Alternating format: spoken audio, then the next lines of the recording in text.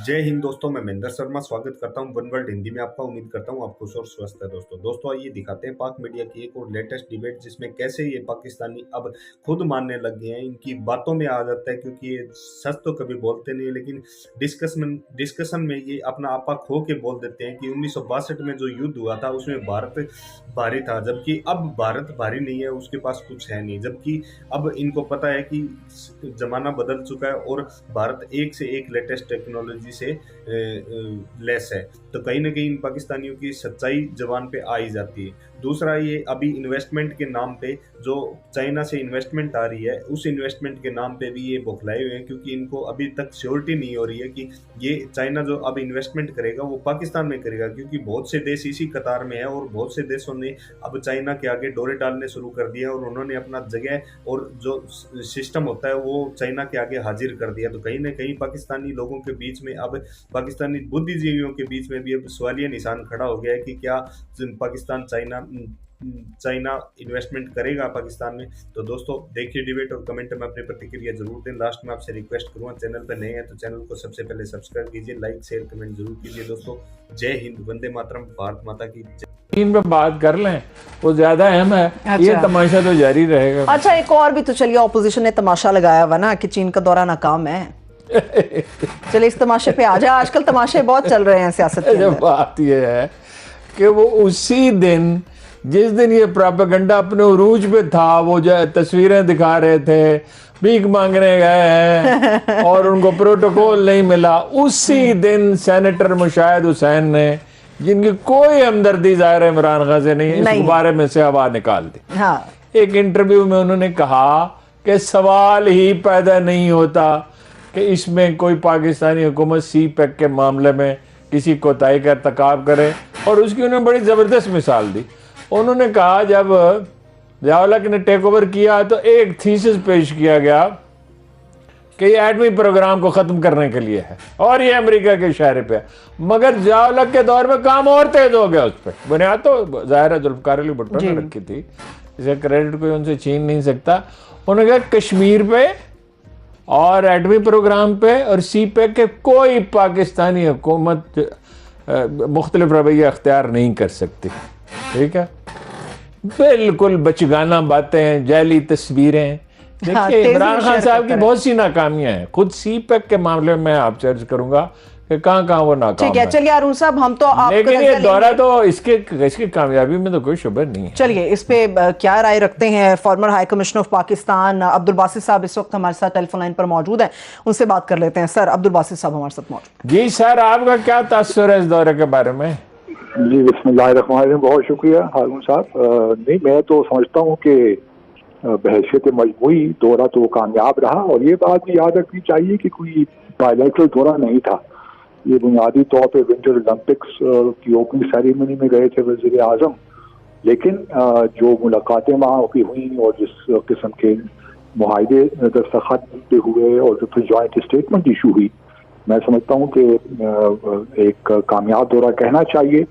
खासतौर पर सी पैक में, जिस तरह आपने भी शायद जिक्र किया, कुछ रफ्तार सुस्त पड़ गई थी पिछले 3 सालों में, तो ये दौरा उस हवाले से एक बहुत अहमियत का हामिल है कि अब खास तौर पे स्पेशल इकोनॉमिक जोन से कॉन्टेक्स्ट में आप जानते हैं कि चाइना की जो इस वक्त इकोनॉमिक डेवलपमेंट जिस स्टेज पे है, अब वो बहुत सी जो इंडस्ट्रीज है अपनी शिफ्ट करेगा टू द डेवलपिंग वर्ल्ड। तो हमें इस मौके से भरपूर फायदा उठाना चाहिए, और जो स्पेशल इकोनॉमिक जोन्स का जो डायमेंशन है सी पैक की, उसमें अब तेजी आएगी और ये बड़ी खुशाइन बात है।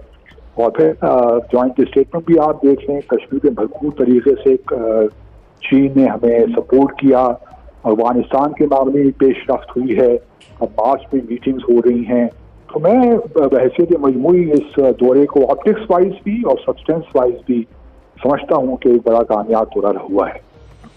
अच्छा सर, ये फरमाइए कि वो तो देखिए उनके लिए तो बहुत सी चॉइसेस हैं, कंबोडिया है, वियतनाम है, मलेशिया है, कहीं कहीं जहाँ कहीं चाहें वो कर सकते हैं, ये अपनी इंडस्ट्री को ले जा सकते हैं, उनकी ज़रूरत है, और भी ऑप्शंस होंगे उनके पास। क्या हम उनके लिए मौजूद माहौल फराहम कर सकेंगे?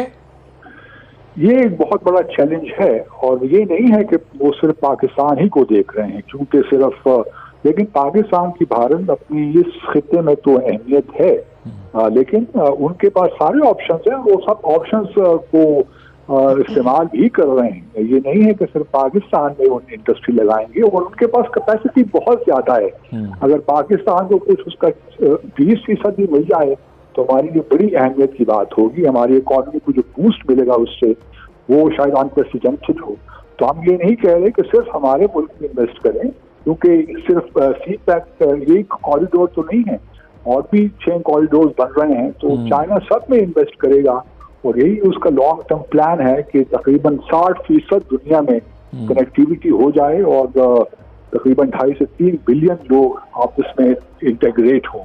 तो ये एक बड़ा मतलब लॉन्ग टर्म विजन है चाइना का, और उसको उसी कॉन्टेक्स्ट में देखना चाहिए। सिर्फ पाकिस्तान की बात नहीं है, लेकिन पाकिस्तान चूंकि स्ट्रेटेजिक पार्टनर है, इस खत्ते के खास हालात हैं, यूएस अमेरिका को इंडिया को प्रमोट कर रहा है as a counter point to China, तो हमारे लिए इस कॉन्टेक्स्ट में अपॉर्चुनिटीज बढ़ जाती हैं कि हमें चाइना सपोर्ट करे। और मेरा ख्याल है कि अब अगर इस साल चाइनीज प्रेसिडेंट भी विजिट करते हैं पाकिस्तान का, तो ये और ज़्यादा रीइंफोर्स हो जाएगा ये रिलेशनशिप।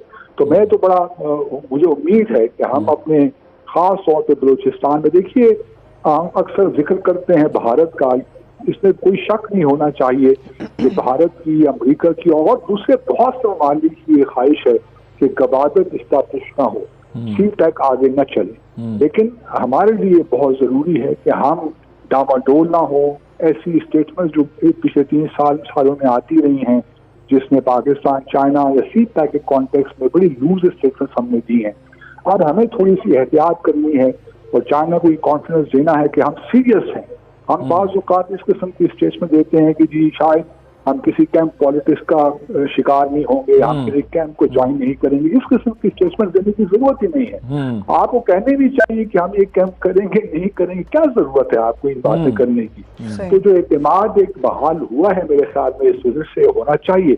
अब अगला मरहला फॉलो अप का है कि हम फॉलो अप किस तरह करते हैं। स्टेटमेंट तो सब हो गए, सबसे अहम बात तो फॉलो अप है, फॉलो अप है, उसमें हम थोड़ी कमजोर हैं, लेकिन मैं उम्मीद करता हूँ कि अब हम अपनी will roll up our sleeves और मूव ऑन।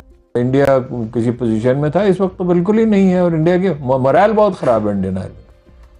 तो ये उसको समझ नहीं आई। तजवीज़ ये है कि जी 4 अरकान कौमी असम्बली के अरकान हो, अच्छा। तजवीज़ अपोजिशन को एतमाद में लिया गया। ये देखिए कैसे पुरस्कार तरीके से खामोशी से ये काम होता रहा, किसी को पता ही नहीं चला। और उसमें यानी ज़ाहिर है टेक्नोक्रेट्स की सीट होगी, फिर ये 2 सेनेटर होंगे जो असेंबली मुंतखब करेगी, तजवीज़ है। हाँ। अच्छा ठीक। अच्छा जनाब, इलेक्शन कमीशन में उनका मेंबर होगा। इस वक्त तो जो उनका चीफ इलेक्शन कमिश्नर है, वही तजवीज़ ये है कि वही कंटिन्यू करे, फिर तादाद 5 हो जाएगी। फिर ये है कि जी तादाद 5 हो जाएगी। फिर ये है कि पब्लिक सर्विस कमीशन, अच्छा, उनका बनेगा।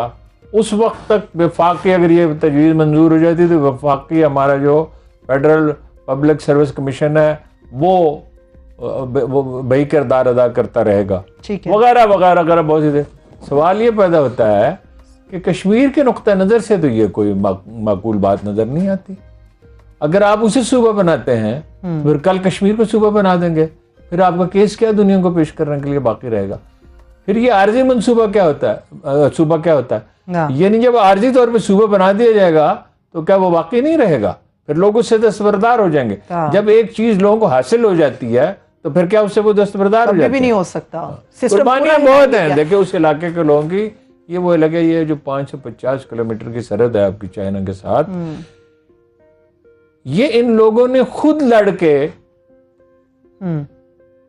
और यहाँ से इंडियंस को निकाला और डोगरा फौज को निकाला और खुद अपनी यानी मर्जी से वो शामिल हुए पाकिस्तान में। उनकी कंट्रीब्यूशन बहुत है। चलिए देखते हैं, इसके ऊपर सुप्रीम कोर्ट ऑफ पाकिस्तान का भी कह रहे हैं दायरा इख्तियार ज्यादा मौसर हो जाएगा, इस पे बात करेंगे हारून साहब। मगर अभी मुझे सबसे ज्यादा इंटरेस्ट उस स्कैंडल मुझे ये बहुत पुरस्कार मामला लगता है। ये इतना पुरस्कार तरीके से, यानी अपोजिशन में भी कभी किसी ने बात नहीं की, और अपोजिशन हर चीज में मुखालफत करती है, इसमें मुखालफत ठीक है, इसमें तो उन्होंने साथ दिया। मगर एक और मामला है जो निहायत पुरस्कार है, उस पर बात करने के लिए कराची से हमारे कॉरेस्पॉन्डेंट है। और बहुत ही कोई पुरस्कार मामला लगता है।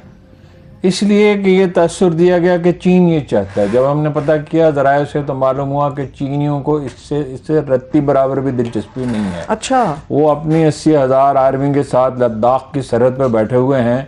इधर पाकिस्तान ने स्कर्दू में सारा बंदोबस्त कर रखा है, इधर से भी प्रेशर है। इंडियन एनालिस्ट कह रहे हैं, टॉप इंडियन एनालिस्ट कह रहे हैं कि 2 फ्रंट वॉर इंडिया नहीं लड़ सकता, इसका कोई सवाल ही पैदा नहीं होता। कोई किसी, देखिए आपके पास अब वो जो एंटी मिसाइल सिस्टम है, क्या है उसका नाम, HQ-9 और J-10 तैयारे हैं आपके पास, फाइटर तैयार, कोई हमाकत का सवाल ही पैदा नहीं होता। अच्छा, इसमें ये चीनियों को क्या इसकी ज़रूरत है? उन्होंने रोबोट वहाँ लगा दिए, उनकी इतनी बर्तरी है फौजी एतबार से कि जिसको कोई तनासुर भी नहीं, इंडिया के साथ मुकाबला ही नहीं है। 62 में जो वार हुई थी उसमें तो फिर भी इंडिया किसी पोजीशन में था, इस वक्त तो बिल्कुल ही नहीं है। और इंडिया के